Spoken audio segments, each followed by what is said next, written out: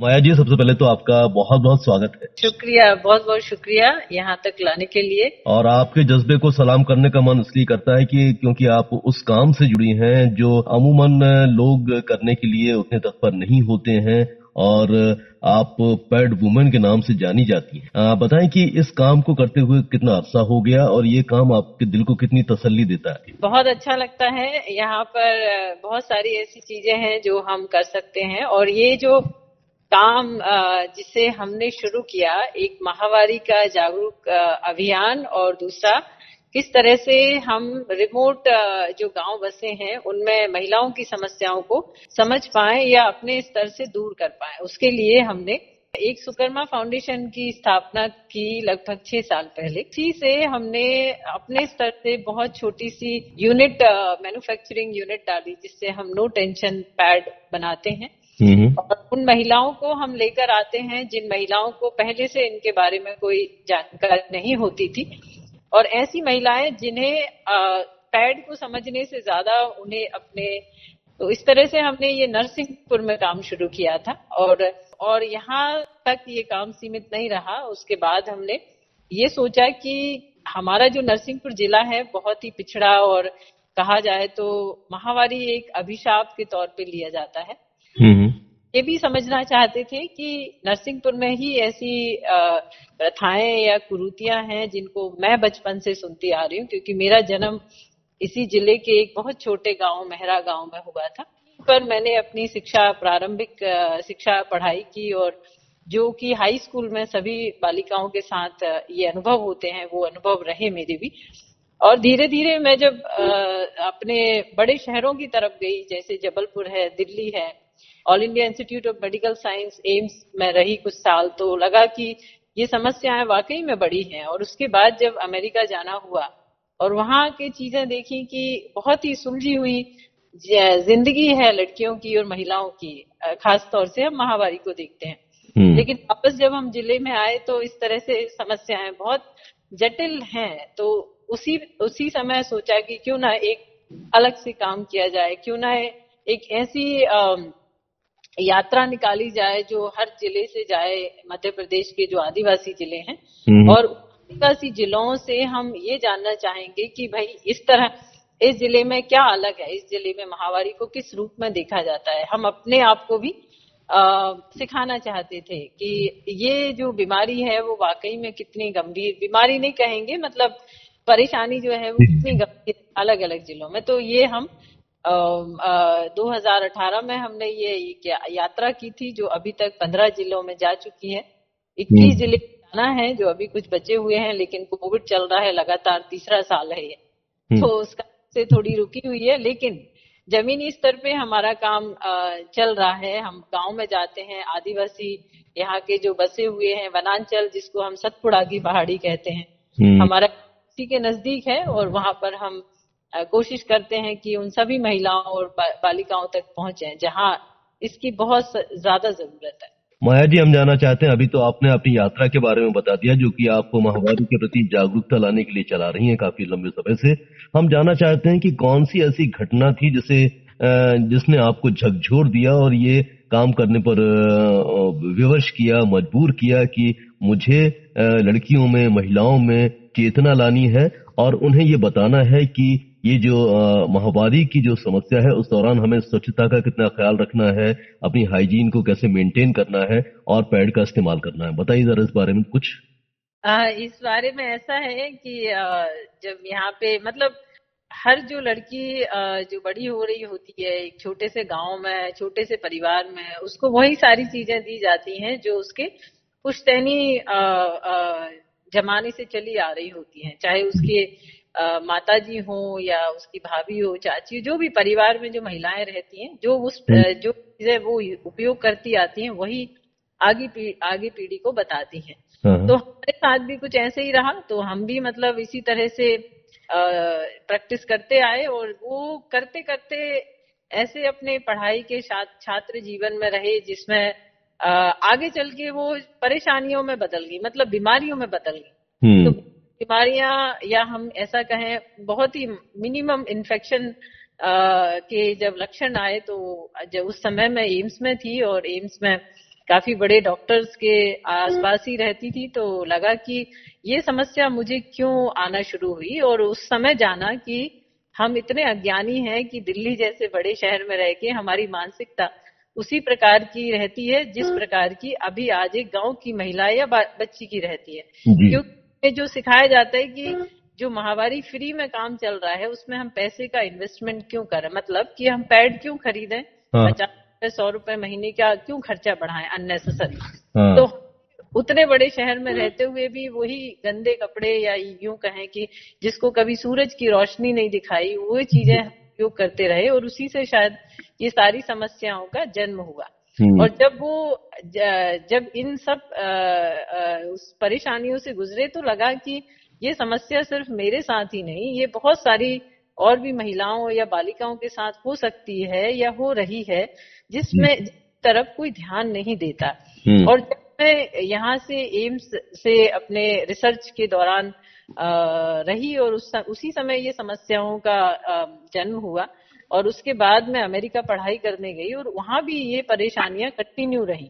तो इस तरह से कहा जाए कि ये बहुत ही रिकरिंग और बहुत ही नॉर्मल लिया जाता है अपने उसमें, क्योंकि महिलाएं लड़कियां ज्यादा बोल नहीं पाती और कुछ कर नहीं पाती जब ये रिकरिंग समस्याएं आने लगती हैं। तो ये एक बड़ी बीमारी का रूप ले लेती है। तो उस बड़ी बीमारी का रूप लेने से पहले मुझे ऐसा लगा कि ये जब मेरे साथ घटित हो रहा है, जो कि मैं एक मेडिकल फील्ड से हूँ, रिसर्च से हूँ, अच्छे डॉक्टर्स के संपर्क में भी रहती हूँ, बड़े बड़े अस्पतालों का एक एक्सेस है, और अमेरिका जैसे शहर में इतने बड़े मतलब देश में एक से एक डॉक्टर है, और उनके बीच में मैं अपनी समस्याओं का निदान नहीं कर पा रही हूँ। तो आप जान सकते हैं कि उन गाँव में जहाँ मैं पैदा हुई वहां पर वो लड़कियां या महिलाएं किस प्रकार से अपनी परेशानियां बताती हूँ। तब मुझे लगा कि नहीं, इस विषय पे मुझे कुछ शोध करने की जरूरत है, क्योंकि मेरा जो शोध होता था जब मैं अपने नौकरी के दौरान अमेरिका में करती थी, वो कहीं ना कहीं बीमारी का इलाज ढूंढने के लिए था। जैसे हम कैंसर की बीमारी का इलाज ढूंढने में लगे थे या कोई और अन्य बीमारियों का करते थे। तो उस समय मुझे लगा कि मैं क्यों ना अलग से इस बीमारी के लिए कुछ करूं, क्योंकि मेरा जो मिशन है, हमको जो रिसर्च या पढ़ाई में सिखाया है कि आपको ह्यूमैनिटी को सेव करना है, मतलब आप जो हैं वो इस तरह की दवाइयां इजाद करेंगे जिससे आप मानवता को आगे चल के बचा सकें, बीमारियों को बचा सकें। तो मेरे सामने एक बड़ी बीमारी पहले से मुझे दिख रही है, मेरे साथ घटित हो रही है, तो क्यों ना इस बीमारी का मैं अभी से काम करना शुरू करूं अपने स्तर से। तब जाके फिर मैंने 2012-13 में ये संकल्प लिया कि नहीं, अब मुझे बड़े अस्पतालों में या इंस्टीट्यूट में रिसर्च नहीं करना है, मुझे यही काम करना है। और बहुत संतुष्टि होती है कि जब मैं यहाँ आके इन महिलाओं से मिलती हूँ, बात करती हूँ, और भी अन्य गांव जाती हूँ, और मैं जहाँ से भी निकलती हूँ वहाँ लोग मुझे इस तरह से पहचानते कि ये वो लड़की हैं या ये इनका नाम ये है जो इस विषय पे काम करती हैं। माया जी, किसी तब्दीली को लाने में बहुत ही कठिनाई का सामना करना पड़ता है, बहुत जल्दी वो तब्दीली नहीं आ जाती है। तो आपने गांव में सबसे पहले कौन सी बात को उठाया या कौन से बिंदु पर काम किया जो आप देख रही थी कि इससे महिलाओं को बहुत ज्यादा परेशानी हो रही है? सबसे पहले तो उस बिंदु को कहा जाए कि उनकी सोच में थोड़ा सा बदलाव होना चाहिए। मुझे ऐसा लगता है कि अभी तक इस विषय पे बात नहीं होती थी, मतलब आमतौर से हमें कोई परेशानी होती थी तो महिलाएं बात ही नहीं करती थी। तो उस बिंदु पे बात करना बहुत जरूरी है। और इसके साथ साथ हमें लगा कि ये एक छुपाने वाली चीजें हैं, मतलब जैसे आमतौर से हम देखते हैं मेडिकल से लड़कियां यदि कोई पैड खरीदती हैं तो उसको काली पन्नी में लेकर आती हैं या ऐसे छुपाने वाली चीजों में लेकर आती हैं। तो हमने इसको एक ओपन की तरह किया और बहुत एलिगेंट तरीके से इसको पेश किया।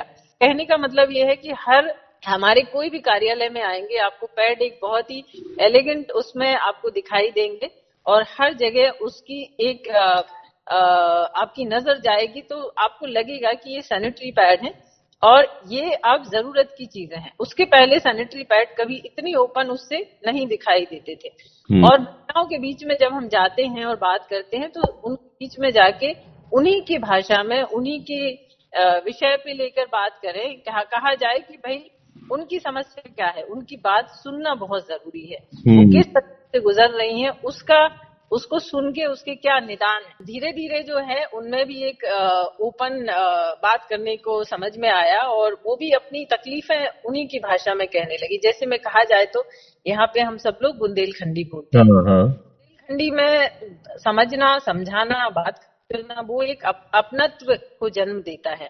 तो मुझे वो एक वरदान है, वरदान क्या कहूँ कि वो बचपन का एक ऐसा है कि मैं जहाँ जिससे भी बात करूं वो सबसे पहले तो ये पहचान ही नहीं पाते कि मैं अमेरिका में रहती भी हूँ। नहीं मतलब आप तो जिस क्षेत्र से जुड़ी हैं उसका असर आप पे था, उस क्षेत्र की बोली से आप वाकिफ थी, तो बहुत आसानी हुई ताकि आपने उस बुंदेली बोली में लोगों को आसानी से समझाया। लेकिन माया जी, एक बात मेरे जहन में ये आ रही है कि जो पुरानी परंपराएं थी कपड़ा इस्तेमाल करने की और इस तरह की चीजों का इस्तेमाल करने की, और जब पैड के इस्तेमाल की जब आपने बात की होगी तो जाहिर है कि इसमें हर कोई इस तरह का जो खर्च है वो अफोर्ड भी नहीं कर पाता है।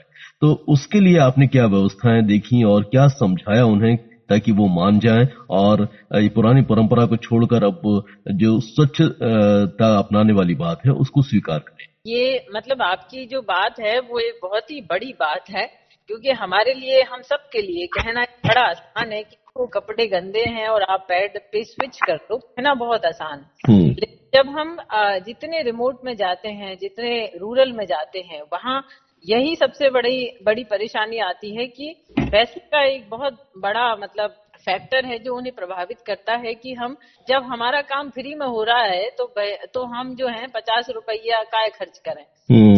तो वो बात है वो हमेशा जहन में रखती हैं और उसी सोच के साथ बढ़ती हैं कि भाई हमें पैड कम से कम जरूरत है, या हम कहीं बाहर जा रहे हैं, या हमरे तक कहूँ ब्याह आ रहा हो तो तब हम जाके लें। तो उनको हमने इस प्रकार से समझाया कि देखिए ये ऐसा नहीं है कि आप जब बीमार होंगी तब जाके आपको दवाई खाना, ये एक ऐसा सप्लीमेंट्स है, आपको अपनी डाइट में शामिल करना है और आप इससे मतलब बेहतर ही होंगी। रही बात कॉस्टिंग की, तो हमने अपने स्तर से ये कोशिश करी, जैसे उदाहरण के लिए मेरे गांव में आज से 6-7 साल पहले पैड नहीं मिलते थे, और जब हमने ये काम शुरू किया तो हमने उस गांव को गोद लिया। और हमारी जैसे एक कॉस्ट हमारी जो पैड की पड़ती है वो 7 पैड जो है 25 रुपए के आते हैं, लेकिन उस गांव को गोद लिया तो हमने उस गांव में 5 रुपए फ्लैट मतलब 7 पैड का बॉक्स हमने देना शुरू किया। आज धीरे धीरे ये जागरूकता है कि हमारे गांव में हर लड़की, हर महिला, उसको 5 रुपए महंगा नहीं लगता और वो हर महीने में ये उपयोग जरूर करती है। तो हमने इसको समझने में हमें दिखा कि यदि कॉस्ट कम हो तो महिलाओं या लड़कियों के लिए ये कभी भी वजन नहीं लगता, और फ्री हो तो वो सस्टेनेबल नहीं है। आप फ्री चीजें कितना समय तक आप दे पाएंगे। तो इसलिए हमने इस मॉडल को और जगह भी लागू किया। कुछ स्कूल हमने लिए, कुछ गांव लिए, और कुछ ऐसे आदिवासी गांव हैं जहां पर हम निशुल्क भी देते हैं, क्योंकि वो लोग तो 1 रुपए भी नहीं दे सकते, क्योंकि वो पहले यूजर हैं, उन्होंने कभी नाम नहीं सुना है इन सब चीजों का। तो उनको हम फ्री देते हैं कभी कभार जब भी हम जाते हैं। और एक्सेप्शनल केस जैसे होते हैं, अभी कोविड था तो कोविड में जितने भी मजदूर हमारे यहाँ से निकले, जितनी भी महिला मजदूर जो पैदल के समय निकली थी जब लॉकडाउन हुआ था, तब बहुत सारे ऐसे निशुल्क पैड ग्रोसरी की किट में, बसों में, अपने यहाँ स्टॉल पे बहुत सारे हमने सैनिटरी पैड निशुल्क दिए। तो आवश्यकता के अनुसार जहाँ जैसी जरूरत है हम वहाँ वैसी कोशिश करते हैं कि ज्यादा से ज्यादा यहाँ पर महिलाएं इसका उपयोग करना सीखें, और उसके बाद जब सीख जाएंगी तो उनकी मर्जी है कि वो किस तरह के पैड उपयोग करना चाहेंगे। जी, एक सवाल और है मेरा कि आपका ये काम ये वाकई किसी बड़े अभियान से कम नहीं है। आपने एक बहुत ही बड़ा बीड़ा उठाया है जिसे आप पूरा कर रही हैं, लेकिन बाधाओं से भी दो चार होना पड़ता है जब इस तरह का जिम्मेदारी हम अपने सिर पर लेते हैं और समाज के साथ सेवा करना चाहते हैं, तो बहुत सारी बाधाएं भी हमारे बीच आती हैं। आपने कुछ इस तरह की बातों को फेस किया, इस तरह की समस्याओं को फेस किया? हाँ, बाधाएं तो निरंतर, मतलब मेरा कहा जाए तो यात्रा ही पूरी बाधित है, और उसी से उभर के जो भी आगे आके काम किए हैं तभी जाके इतना मतलब दृढ़ निश्चय आया है। तो इस काम के लिए भी बेशक बहुत सारी बाधाएं हैं और अपने स्तर से उन्हें हमें सुलझाना भी पड़ता है। और सबसे बड़ी बाधा जब हम एक रिमोट एरिया में और ये प्रोजेक्ट लेकर आए तो हमें काम करने वाले लोगों की बहुत कमी महसूस होती है। कहा जाए तो इस काम के लिए, जैसे हम उदाहरण के लिए बोलें कि महिलाएं बनाने के लिए इस पैड को आएंगी तो बहुत सारी मिल जाएंगी, लेकिन इसकी मार्केटिंग के लिए या सेलिंग के लिए किसी महिला को बोलेंगे तो वो नहीं जाएगी। तो ये हमारी बाधाएं हैं जहां हर कोई इसको अभी भी मतलब समाज में एक्सेप्ट नहीं कर पा रहा है। और मेल की पुरुष वर्ग को हम देखें तो उनको अभी धीरे धीरे इस बात का पता लग रहा है, तो वो कहीं ना कहीं आगे जाके भले ही सहज हों लेकिन उनके लिए भी ये काम लेना मुश्किल नजर आता है। तो आप सोचिए कि सारा काम यदि ये महिलाओं को करना पड़े तो कठिन तो बिल्कुल होता है, लेकिन हमारी महिलाएं इस काम के लिए इतनी डिटरमाइन हो गई हैं कि वो अब स्वयं से लड़ना सीख गई हैं और इस काम को करना सीख गई हैं। परिवार आपके साथ रहा हमेशा? हाँ बिल्कुल बिल्कुल, 101% हमेशा साथ कि हम ये काम कर पा रहे। पैड तो हमारा एक प्रोजेक्ट है, उसके अलावा हमने और भी अभी इस काम को विस्तार से बढ़ाया है। हेल्थ केयर में, एजुकेशन में, महिलाओं के एम्पावरमेंट में और भी बहुत सारे काम कर रहे हैं। अच्छा, लोग जुड़ते गए, कारवां बनता गया, ये वाली कहावत आपके काम से कितनी सही साबित हुई है, कितनी सार्थक सिद्ध हुई है आपके काम से? बिल्कुल बिल्कुल, लोग तो जुड़ते ही जा रहे हैं और मतलब वो ही चला था, अकेला ही चला था इस सफर में। जी जी। तो बिल्कुल ही ऐसा ही कहानी हुई है। बिल्कुल अकेले चले थे, लेकिन आज एक बड़े समूह को मतलब हम जहाँ जाते हैं वहाँ लोग मिलते और मदद मिलती है।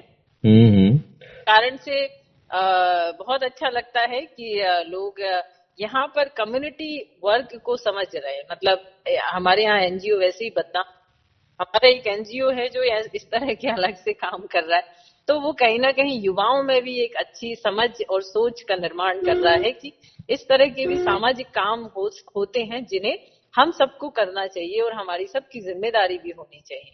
आपके इस काम को पूरी दुनिया में सराहना मिली है, पूरे देश में आपको सराहना मिली है। बताएं कि कहां कहां आप सम्मानित हो चुकी हैं और आपकी इस काम की प्रतिक्रियाएं क्या सामने आई हैं, चाहे वो शासन स्तर पर हो, आम जन के लेवल पर हो या फिर स्वयंसेवी संस्थाओं के स्तर पर? सभी जगह देखिए, जब से मुझे काफी साल हो गए हैं इसको करते हुए। पहले रिसर्च के तौर पे किया, इसी काम के पीछे जो पर्दे के पीछे वाला काम होता है, फिर आप सामने आके काम करते हैं। तो फ्रंट लाइन में काम किए हुए लगभग 5-6 साल हो गए हैं मुझे। तो काफी जगह सम्मान मिले हैं, यहाँ तक कि अमेरिका में अभी ऑस्कर एक कम्युनिटी अवार्ड होता है, अभी पिछले साल ही मिला। उसके बाद हमारे मध्य प्रदेश का मैं काफी बड़ा एक सम्मान, मध्य प्रदेश में नहीं होता, वो देश में होता है एक्चुअली। देवी अवार्ड्स जो टाइम्स ग्रुप है वो ऑर्गेनाइज करते हैं हर स्टेट में जाके। तो 2 साल पहले अपने मध्य प्रदेश में आयोजित किया था, उसका भी सम्मान मिला। SBI स्टेट बैंक है, वो उन्होंने भी महिला जो अंतर्राष्ट्रीय महिला दिवस होता है उस पर भी सम्मान किया। और भी अनेक है, मैं सबकी गिनती और मुझे भी याद नहीं है, लेकिन देश विदेश में सभी जगह मतलब बहुत सराहना मिली है और काफी एनकरेजमेंट मिलता है कि इस तरह से मतलब इतने यंग उसमें आके, और आप क्योंकि रिटायरमेंट के बाद तो सभी लोग काम करते हैं जी, इस उम्र में आके काम करना सबको एक आश्चर्यचकित होता है, स्पेशली जब आप वैसी जगह सैन फ्रांसिस्को में रहते हैं और एकदम से आके आप आदिवासियों के बीच में आके काम करते हैं, तो लोगों को बहुत बड़ा आश्चर्य लगता है। तो बहुत तारीफ करते हैं, बहुत उनको भी एक बहुत हौसला मिलता है और एक युवाओं को प्रेरणा मिलती है कि भाई हमको भी माया दीदी जैसा बनना है। ये बहुत मेरे पास ऐसे मैसेज आते हैं। बिल्कुल माया दीदी जैसा बनना है, क्योंकि माया दीदी जी का काम वाकई सबसे हटकर है और सबसे अनूठा है और सबसे जरूरी भी ये काम है। तो माया जी, आपके काम को देखते हुए और लोग भी क्या प्रेरित हो रहे हैं? आपने इस तरीके के जो समूह जो काम आप कर रहे हैं, क्या ऐसे और भी गठित होते हुए देखे हैं जो महिलाओं की जागरूकता के लिए काम कर रहे हैं? हाँ, मतलब जब से ये पैडमैन मूवी आई है उसके बाद से हमने बहुत अवेयरनेस देखी है कि बहुत छोटे छोटे और भी नॉन प्रॉफिट हैं, संस्थाएं हैं, इवन इंडिविजुअल ग्रुप्स जो है कभी बना लेते हैं। वो लोग रजिस्टर्ड नहीं है लेकिन फिर भी एक समूह के तौर पे बहुत बढ़िया काम कर रहे हैं। तो बहुत सारी ऐसी संस्थाएं हैं, मेरे कई साथी ऐसे छोटे छोटे स्तर पे काम करते हैं और बहुत अच्छा काम करते हैं, युवा लोग जुड़े हुए हैं। महिलाओं के संगठन भी हैं जो मैंने देखे हैं, बहुत बढ़िया काम हो रहा है। क्योंकि इस वाकई में इस काम को करने के लिए मेरे जैसे तो हजार लोग और भी जुड़े तो भी कम है, क्योंकि हमारी जो जनसंख्या है, जिस तरह से हमारा डाइवर्सिटी है, उन सब समूहों तक पहुंचना बहुत मुश्किल और असंभव तरह का काम है। तो इस तरह के संगठन और साथ में आए तो और अच्छा काम होगा। तो इससे पहले कि हम अपने वार्तालाप को खत्म करें, आप क्या कहना चाहती हैं महिलाओं से, खासतौर से उनकी हाइजीन को लेकर और ये महामारी का जो उनके साथ एक नाता जुड़ा हुआ है उसको, ताकि वो सचेत होकर और जागरूक होकर अपनी स्वच्छता का ध्यान रखें और आगे? जी बिल्कुल, आपके प्रोग्राम के माध्यम से यही कहना चाहूंगी कि महिलाएं खास तौर से अपने देश में और जो छोटे स्तर के गांव होते हैं वहां पे महिलाएं अपने स्वास्थ्य को लेकर बिल्कुल भी अवेयर नहीं है, बिल्कुल भी नहीं। मतलब मैं कहा जाए तो मैं अपने खुद घर में मैं देखती हूँ या अपने आसपास देखती हूँ कि महिलाएं अपने आप को सबसे आखिरी सदस्य पाती हैं जिनको कुछ करना हो अपने लिए, चाहे वो खाने पीने की बात हो, एक्सरसाइज की बात हो या कुछ भी हो, बीमारी की बात हो, यहाँ मतलब कि बीमारी बताने की बात हो, जी। तो वो महिलाएं सबसे लास्ट होती है। तो उनसे मैं यही कहना चाहूंगी कि आपका जो हेल्थ है वो आपका सबसे बड़ा धन है। आपको शुरू से ही, मतलब महिलाओं के लिए नहीं, मैं लड़कियों के लिए भी कहना चाहूंगी कि आजकल की जो लड़कियां अपनी सेहत पे बहुत कम ध्यान देती हैं। कहा जाए कि उनका खान पान या उनकी नींद या उनकी दिनचर्या इतनी ज्यादा जबरदस्त डिस्टर्ब कहूंगी मैं उसको, कि वो बिल्कुल भी स्ट्रांग होने की दिशा में नहीं है। तो उनके लिए कि आप अपने हेल्थ का पहले ध्यान रखिए और सब चीजों को बैलेंस करते हुए अपने जीवन, मतलब दिन की शुरुआत करें, तभी आप एक बहुत मजबूत महिला बन पाएंगी। क्योंकि आपका हेल्थ अच्छा नहीं है तो आप दुनिया में कोई भी अच्छा काम या बड़ा काम नहीं कर सकते। तो अपने आप को समझना सीखिए और अपने लिए एक जो आकर्षण रहता है, अपने खुद के लिए एक आकर्षण बनाइए और आपको अच्छा होने के लिए मजबूत बनाइए। माया जी, आपने विस्तार से बात की अपने कार्य क्षेत्र के बारे में और लोगों को जागरूक करने के लिए आपने बहुत सारे संदेश भी दिए हैं, बहुत सारी महत्वपूर्ण बातें भी कही हैं। हम बहुत बहुत आभारी हैं कि आपने हमसे बातचीत की। इस बातचीत के लिए हम आपको बहुत बहुत शुक्रिया कहते हैं। धन्यवाद, बहुत अच्छा लगा आपके साथ जुड़ के और आपके साथ बात करके।